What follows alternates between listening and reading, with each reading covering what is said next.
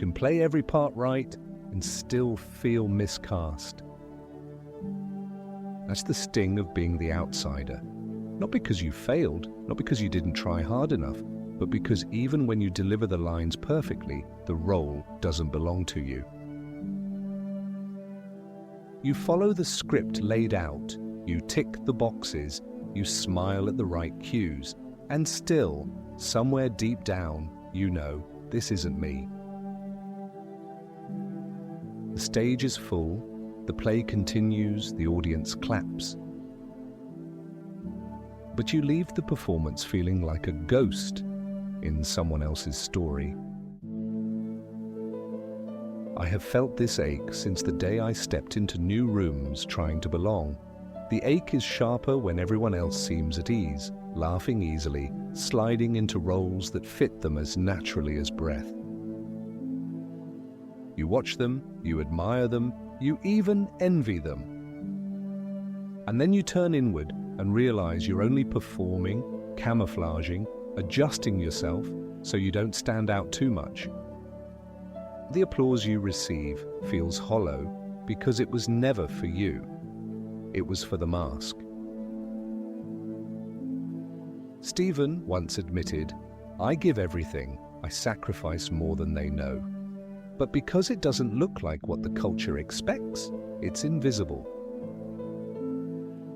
Angela said quietly, "Sometimes I feel like there's a circle, and I'm always just outside it. They laugh, they bond, and I'm there, but never in." Both of their confessions remind me of what I've experienced myself. Fitting the script may save you from rejection, but it doesn't save you from loneliness. The mask wins applause, but never belongs. I recall arriving in Australia, suitcase in hand, accent on my tongue, and feeling utterly different. It was my first dinner in a new house. The table smelled of spices unfamiliar to me, the air filled with laughter and stories I didn't understand. I smiled when others laughed, nodded when someone glanced my way. But inside, I felt the sharp ache of dislocation. Every word I spoke carried my accent like a flag. Every silence made me feel more exposed. The food was kind, the hosts welcoming, but my heart was tight with the fear that I would always be the stranger. At night, I realized something that would take me years to name. Fitting in is camouflage, belonging is recognition. I mimicked the laughter, forced my smile, eaten politely. I had played the role, but none of it eased the ache. Because belonging cannot be performed. It can only be received. Stephen once told me I've played their role so well that I sometimes wonder if I disappeared inside it. Angela reflected on the other side. I stand outside their circles and think something must be wrong with me. Their words carry the same contradiction I felt at that dinner table. Conformity may win you approval, but it will never give you belonging. Belonging isn't sameness, it's the acceptance of difference. And until I learned that, every laugh at the table reminded me more of my silence. Belonging isn't sameness, it's acceptance of difference. The truth has taken me decades to understand. For so long, I believed belonging meant erasing the parts of myself that stood out. The accent that carried my family's history, the stories that wandered outside the expected lines, the silences that made others uneasy, the doubts that didn't fit neatly into conversations. I thought if I could blend in, if I could camouflage enough, then belonging would finally arrive. But camouflage doesn't reveal you, it hides you. And what is hidden cannot be loved, only tolerated.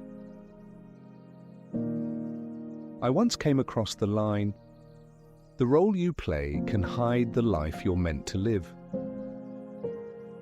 It unsettled me because I saw my reflection in it. I had played roles faithfully: dependable worker, dutiful son, reliable friend. Each role won me approval, even respect. And yet, inside, I felt miscast. I was applauded for the performance, but unseen in the truth. The life I longed for was buried beneath costumes that didn't belong to me. A role might keep you safe, but it can also keep you absent. Stephen once asked me, "Have you ever played their role so well you vanished?" Angela whispered, "Have you ever stood outside their circle and thought you were broken?" Their words echo mine. Belonging cannot come from sameness. It can only come from recognition, the recognition that difference is not deficiency, but identity. I've written a line in my journal that I return to often. Camouflage is not connection. Each time I read it, I feel both ache and relief. Ache for the years I spent blending in, smoothing out my edges, softening my truth to keep the peace. Relief for the moments when I finally let myself be seen as I am, flawed, different, but real. Those are the moments that breathed life back into me. Belonging is not earned by sameness. It is revealed through authenticity. The paradox is this: the more you hide, the more invisible you become. The more you reveal, the more you are recognized, even if only by a few. And one moment of true recognition outweighs years of polite applause. So I ask myself often, am I playing the role again, or am I letting myself live the life beneath it? The answer determines not only whether I am accepted, but whether I am truly here. A puzzle piece forced into the wrong spot will never belong. I think of the times I tried to force myself into places that weren't mine. On the surface, I almost fit. The colors were close, the edges nearly aligned. To others, it might have looked convincing, but inside I felt the resistance. I was pressed down, bent, made to conform, and no matter how tightly I tried to hold myself there, I knew the truth. The piece didn't belong. I once held an actual puzzle piece in my hand while helping a friend's child. It was bright blue with a stripe of green across its edge. The child kept pressing it into the wrong place. "Look," he said, "it fits." But it didn't. The picture didn't flow. The edges strained. The more he pushed, the more the cardboard bent. Finally, he gave up, set it aside, and when the right space appeared, the piece slid in effortlessly. The picture was whole. That simple moment has never left me because I saw myself in that bent piece. So many years of pressing myself into roles that weren't mine. So many times I convinced myself I fit because others said I should. But the truth was always there. Belonging isn't about forcing the shape. It's about finding the place where your edges don't need to bend. Stephen once sighed, "I've given my whole life trying to fit what culture demanded, but because I don't look like their picture, my sacrifices are invisible." Angela said quietly. I stand at the edge of their circles trying to slide in, but every time I do, I feel bent. Their words take me back to that puzzle. Fitting in by force is not the same as belonging by recognition. And just like the puzzle, the picture of life is never complete until every piece is allowed to fit as it truly is. Fitting in is camouflage, belonging is recognition. Stephen carries this contradiction each day. I play the role, I keep the mask on, they clap, they nod. But the applause isn't for me, it's for the part I play.